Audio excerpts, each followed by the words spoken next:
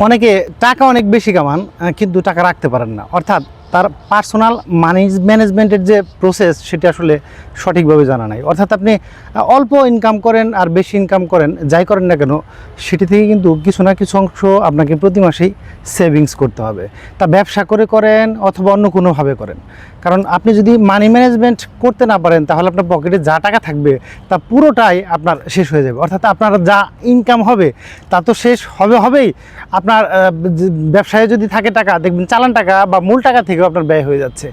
সেজন্য আপনাকে অবশ্যই চেষ্টা করতে হবে, অর্থাৎ 1:4 বা 4 ভাগের 1 ভাগ টাকা আপনাকে অবশ্যই জমিয়ে রাখতে হবে, বা আপনি 4 ভাগের 1 ভাগ না হলেও মিনিমাম 20% টাকা, আপনার আয়ের 20% টাকা অবশ্যই আপনাকে আলাদা করে রাখতে হবে। সেটি আপনি ডিপিএস করে রাখতে পারেন, সেটি আপনি এফডিআর করে রাখতে পারেন, সেটি আপনি ধীরে ধীরে বাসায় জমা করতে বলি না আমি, কারণ বাসায় জমা করলে কি হয়, দেখা যাচ্ছে প্রতি বছরই আপনি যদি একটু ব্যাংক বা কোথাও জমা রাখেন অথবা আপনার বালিশের নিচে জমা রাখেন, সেটা কিন্তু টাকার মান ধীরে ধীরে কমে যাবে।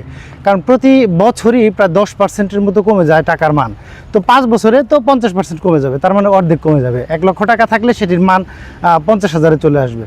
তো এই যে ব্যাপারগুলো, অর্থাৎ আপনার মানিকে সঠিকভাবে ম্যানেজ করা শিখতে হবে। টাকার অ্যামাউন্ট একটু বেশি হলে প্রয়োজন বোধে আপনি সরকারি বন্ড কিনে রাখুন, সঞ্চয়পত্র কিনে রাখুন। এগুলো কিনে রাখলে দেখা যাবে যে আপনার সময়ের সাথে সাথে টাকার পরিমাণ বাড়বে না। কারণ আমরা জানি যে ইনফ্লেশন রেটের ইন্টারেস্ট রেটে যদি টাকা রাখেন তাহলে টাকা কিন্তু আপনার বাড়বে না, কিন্তু টাকার মানটা বজায় থাকবে। অন্যদিকে আপনি ছোটোখাটো যে বিজনেসগুলো আছে সেখানে ইনভেস্টমেন্ট করতে পারেন। সেই ইনভেস্টমেন্টগুলো করার জন্য আপনার যেমন কিছু কিছু ইনভেস্টমেন্ট আছে যেগুলো হচ্ছে আপনি কিছু জিনিস কিনে রেখে দিতে পারেন। যেমন আপনি যদি বেশি পরিমাণ টাকা থাকে গোল্ড কিনে রাখেন। এখন গোল্ড অনেক বড় বিষয় হয়ে যায়, তো আপনি সিজনাল সময়ে কিছু ধান কিনে রাখুন, কিছু রসুন কিনে রাখুন, অথবা এগুলো কিনে রাখুন।